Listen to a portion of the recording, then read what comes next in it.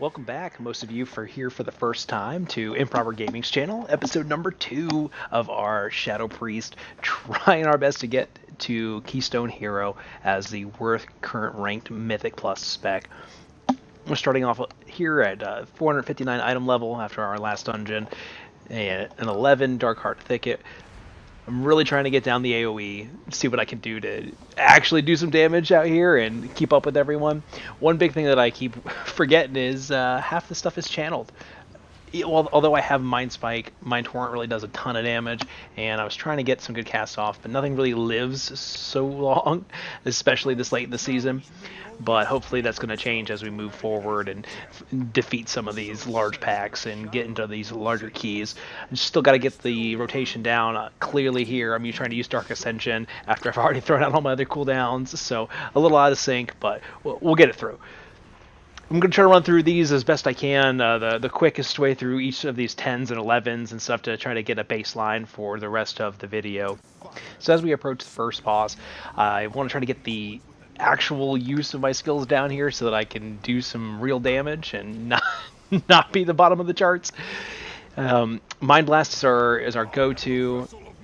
We really have got to get some of the rotation down. When I throw out my Mind Blast and followed by each one of my Shadow Ward deaths, I'm damaging myself a little, but it's not too over the top. One thing I found on Shadow Priest that I continuously do is anytime that I start switching targets and have to hard switch, it's hard for me to keep my DPS up on the main target. Sometimes I'll let my dots fall off. Here, everything died really quick, but in order for me to maximize that damage, especially in these hierarchies, I'm going to have to figure out how to focus on each one of those, throwing up those Vampiric touches and getting my Shadow Crashes to hit. Some of the things that I'm neglecting here as I'm killing this boss, if I had several times where I could have used the Empowered Shadow Ward, Shadow Spike, and I chose not to do it. I was focusing on Mind Blasts and Devouring Plagues instead. But I was second in damage on that one, not terrible, at 111k. Hopefully our next boss will be a little bit better. All right, here we are back here at Oakheart, everyone's favorite dead talking tree. He really does have some significant bark there. His bite is not that great either. So what I've noticed when I'm fighting these bosses, although half my screen is covered in things to help me identify my UI, I seem to neglect them and decide to start channeling and casting spells anytime that something's about to kick me out of it, whether it's me standing in a breath or should I choose to start channeling another Void Torrent or something. I have not really optimizing each one of those, and that's not going to make it good for me as I move forward and trying to get Keystone Hero, especially on a class that's not as forgiving as Shadow Priest. So here I was saving up my Shadow Crash. Now that I've got the Empowered one, I decided to waste it on a single Shadow Ward pain, but that's fine. We ended up killing Oakheart pretty quick here, still running up on top of the damage. Luckily this was a semi AoE fight with each one of those little roots giving me some extra damage output, but as you can see I got beat out there in the end by the Fire Mage. Here we are now right in front of the Shade of Xavius, everyone's favorite hallway. Luckily this is a week where we just have a very easy time with an 11, especially again late in the season. We're running through these guys really fast. Here this can be a pretty damning hallway. It's really tough when you're trying to actually cast things and channel stuff throughout the entire oak, especially when you don't know what you're doing. But that's all right. We're getting at it. We're doing better with our Shadow Crashes. We're even after just the one dungeon, we're not having too much of a hard time missing everything. We're doing well in getting off all our Mind Blast as well, but as you can see, our Mind Spike Insanity there is not being used to its optimal usage, I guess. I'm not sure what other word you'd throw in there. But again, a Shadow Crash, as I got a little impatient as I was spinning in circles there, waiting to cast it and throw it down. But here comes a nice little Void Torrent. Now, at some point, I feel like I'm going to change it out and see if I can get any of the other idols, any of the other capstones to help me do a little more damage. But as you can see, I'm really topping the chart here with the damage and that 4 AoE pack. did really good with the Psychic Link, and it looks like Void Torrent is spreading that damage amongst everybody, giving me that 25% damage to each person, again, getting hit by the Vampiric Touch.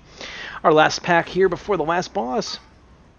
Instead of interrupting that Dread Inferno like I should have, I just continued casting, but it died so incredibly quick, it doesn't necessarily matter. Again, probably because it's an 11.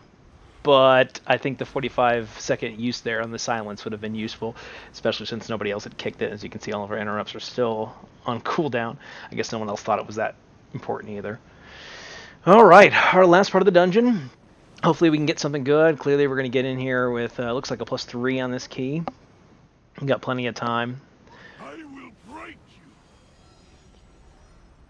Now, I find Shadowcast is pretty easy and good to use, especially getting in your extra hits when you're trying to move and reapply your dots.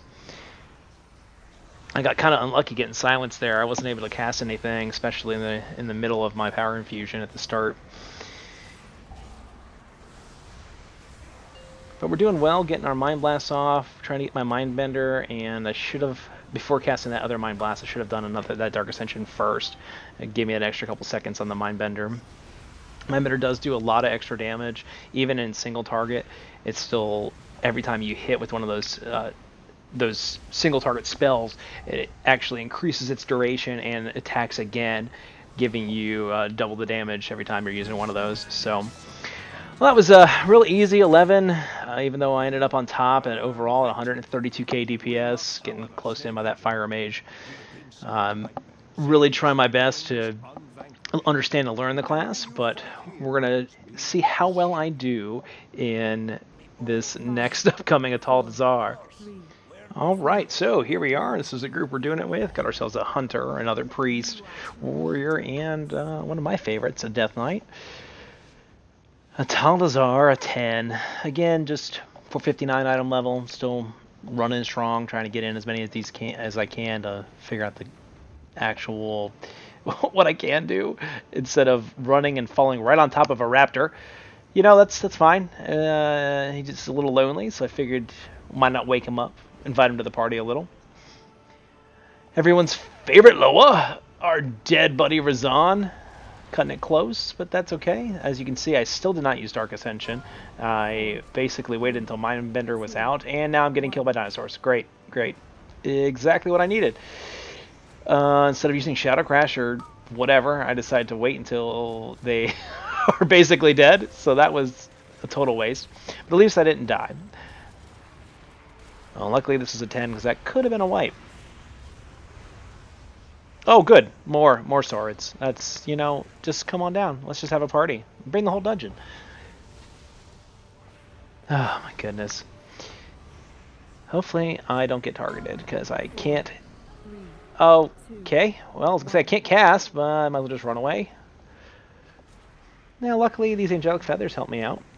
I think I'm far enough where I could probably throw a cast or something out. Yeah, I don't think he'll catch me. So far, I was actually out of range. That's alright. Well, looks like we did okay. Almost 90k, 89.9.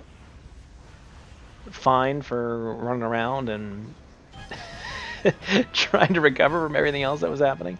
But it looks like Shadow War Death there was my top damage dealer. Thank goodness that the Force Set helped me out. That actually allows me to attack a couple extra times. If you're not sure, it does extra hits every time you throw down your Shadow War Death. It can hit up to 2 or 3 times per Shadow War Death and even reset itself with some of the talents that we have. Man, things are just getting obliterated. So much so that I did no damage compared to the tank. Looks like my trinket, the Caged Horror there, a veteran piece, did all my damage for that pack. I hope that's not a precursor of things to come. Luckily, I can hit 2 people that aren't moving with the Shadow Crash. I'm sure there'll be some point where I run into problems with that. Definitely not foreshadowing anything for this dungeon, because I'm... It's gonna say better. Well, here's what happens when you miss the Shadow Crash. You do nothing. Looks like I am just... I just lost. I don't know what's happening. I barely beat out the healer here. Okay, well, I think we know now that Shadow Crash is extraordinarily important. Can I get this one? Oh my gosh, they are all grouped up in one spot and didn't move. See, now that's my type of pack. All right, as we do our gymnastics and try not to get burnt to a crisp, can I do better here? We're currently 2 for 3 on Shadow Crashes. Here's a large group of enemies that are about to come up. Can I hit them all? Can I? Can I? Hey, okay, all right, I got 8 of them. That's good. That's really good, except I'm not using any of the skills I should, like Dark Ascension, to get my damage up. But, that's fine. I'll stand in this fire and hope for the best. I'm pretty good at dodging fire. Usually. Now, dodging fire is one thing. But how about spiders? Can I dodge all the spiders? Running up these stairs could be good except for the corners because, like nobody else in my family, I hit every single corner as I run up these. But, I think I can dodge fire like dodging wrenches. Is it the same as dodging spiders? We'll see here in a second.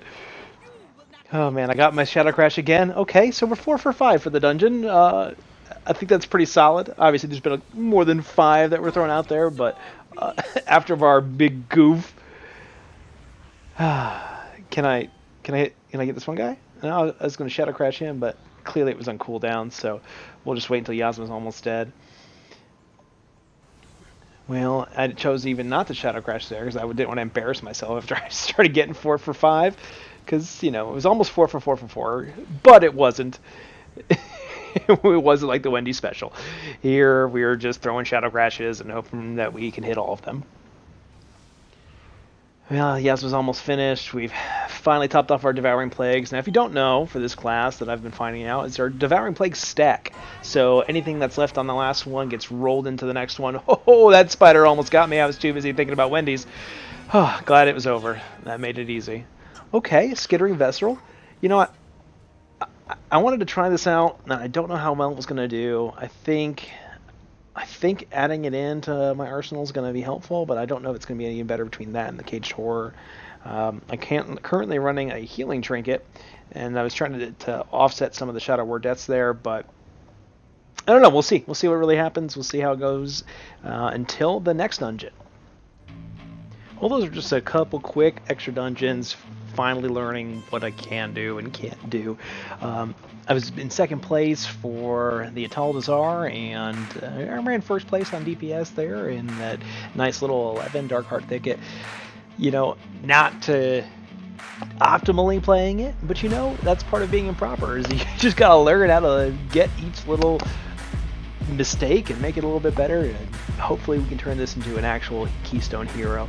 I think just getting my timing down and getting each one of those casts, each one of the Shadow Crashes to hit is really going to help me move forward and get me on that right track. But thank you all for coming and watching this one. Tune in for the next one. We're going to have some more dungeons, some more fun, and hopefully a lot better positioning, both with the camera and with my Shadow Crashes. Till next time.